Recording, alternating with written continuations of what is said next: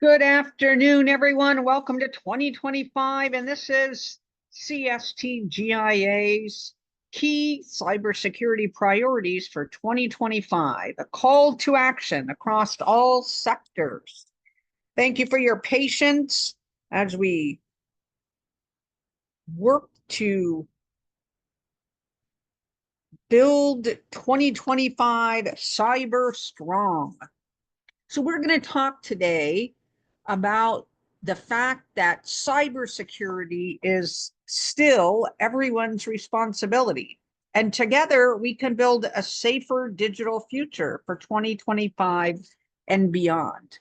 But we really have to think about what are the trends in 2025? Why does it matter to us as leaders, us as business owners, us as educators, us as those influencing or caring for youth or the elderly, etc., those whom are supporting nonprofits. So today we're going to discuss these 5 key focus areas and priorities for 2025 falling into our cybersecurity realm. First and foremost would be strengthening our data protection. What do we need to do in this particular area? And that's implement advanced encryption methods, implement multi-factor authentication, conduct regular data audits, and secure backups to protect sensitive information from unauthorized access.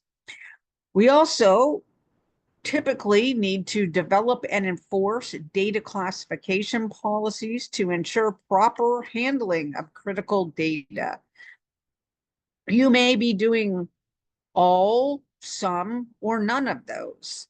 And so we often go back to, why does this particular priority matter? And that's because cyber threats are targeting personal and organizational data on an escalating basis.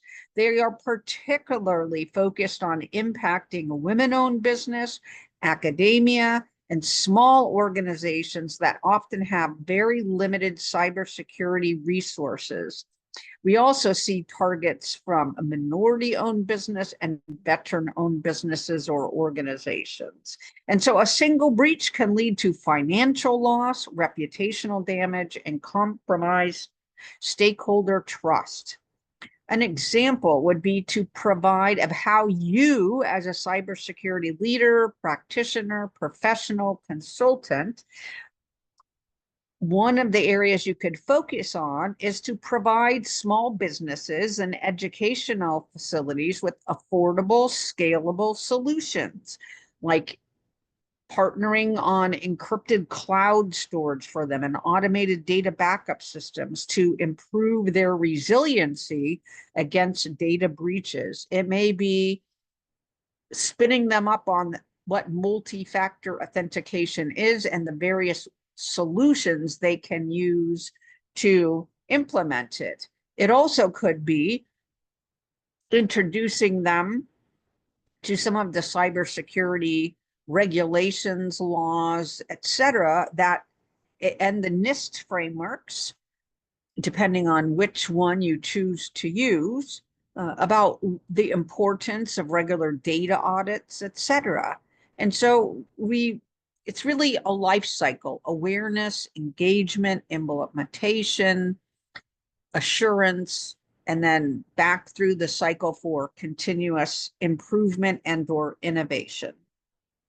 The next priority is bolstering cybersecurity education and awareness. Here, what we can do is conduct training programs. And if you're already doing that, more frequent training programs, right? Because we want to ensure we have awareness and engagement and implementation and knowledge. So it needs to cover phishing, password hygiene, incident response, etc. And we can tailor this content, no matter if you're an executive, if you're a manager, if you're a team lead, a practitioner, a SME, our partners, our customers, our clients, etc. So we want to be inclusive with content for diverse audiences. So youth, women, corporate, minorities, veterans, different age ranges, different organizational types, to ensure that its relevance and the impact, the positive impact and benefits, can be made more known to them. And we can provide resources such as interactive simulations, webinars, or cyber tips that are displayed on an ongoing basis, tailored to specific industries. Why does this one matter? It's because human error accounts for a significant proportion of cyber incidents, often due to a lack of awareness. So empowering individuals at all levels with the knowledge to identify and mitigate cyber risks reduces vulnerability and strengthens our overall organizational defenses. An example could be, again, you as an advocate, champion, implementer, you could launch a community-driven workshop for youth or underrepresented groups.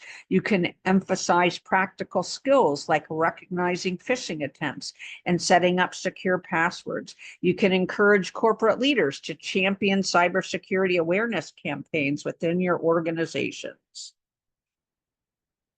The third area is securing emerging technologies. And here, what we're trying to do is instill cyber across the life cycle, no matter if you are acquiring and integrating, someone else is doing it on your behalf, or you are designing, developing, and fielding those solutions as well. We want you to especially adopt a security by design principle focus when you're deploying AI, IoT, cloud services. Again, we want to go back to our basic hygiene elements, regularly update our software and firmware, conduct vulnerability assessments, and establish secure configurations for all devices and applications. Why does this matter? Because emerging technologies like AI and IoT are revolutionizing industries, but they often lack robust initial security measures, making them prime targets for cyber attacks. So small businesses and academic institutions, which increasingly rely on these technologies, are particularly vulnerable to misconfigurations or outdated systems.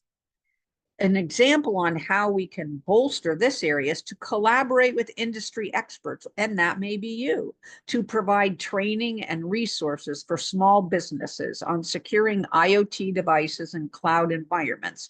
Universities and others can integrate secure AI practices into their curriculum to educate the next generation of professionals.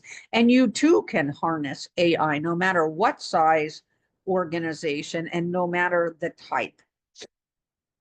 The fourth focus area for today's conversation is promoting diversity in cybersecurity.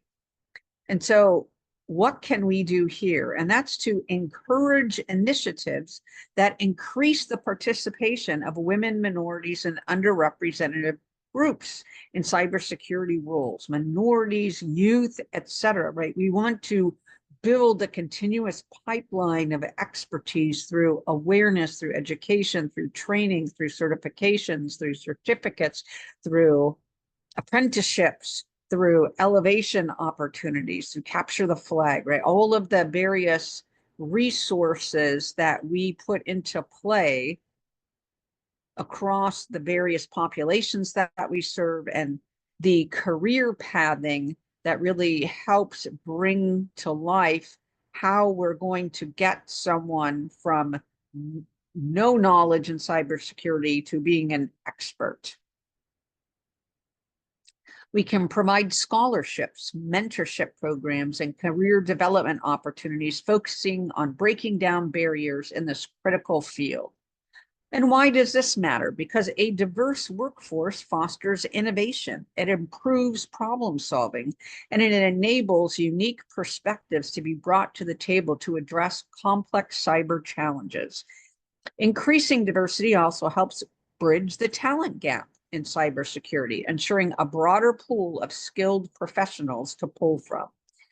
An example of where you can help in this area is supporting organizations that promote women in cybersecurity through funding, mentorship, and visibility. To help create internships and apprenticeship programs targeting at youth from diverse backgrounds to inspire interest in cybersecurity careers early. And last but not least, we can foster cross-sector collaboration. What do we need to do in this area? We need to build partnerships between academia, small businesses, corporations, and government agencies to share resources, knowledge, and best practices. We need to facilitate regular forums, workshops, and joint initiatives so that we can together strengthen the collective cybersecurity posture.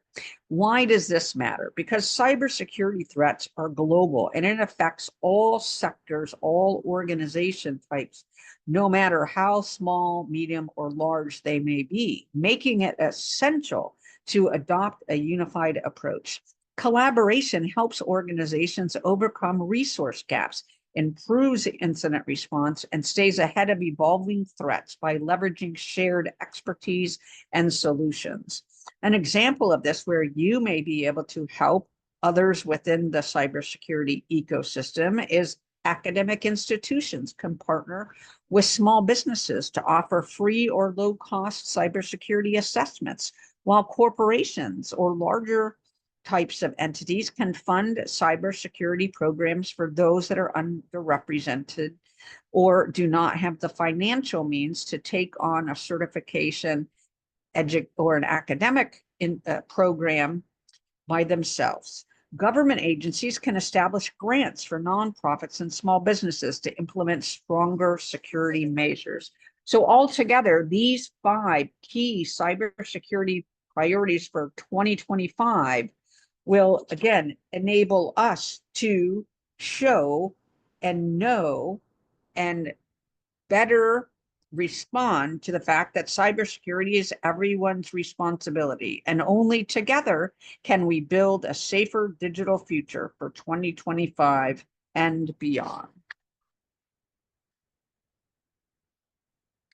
Join us next week where we'll continue the conversation with regard to cybersecurity trends across the globe.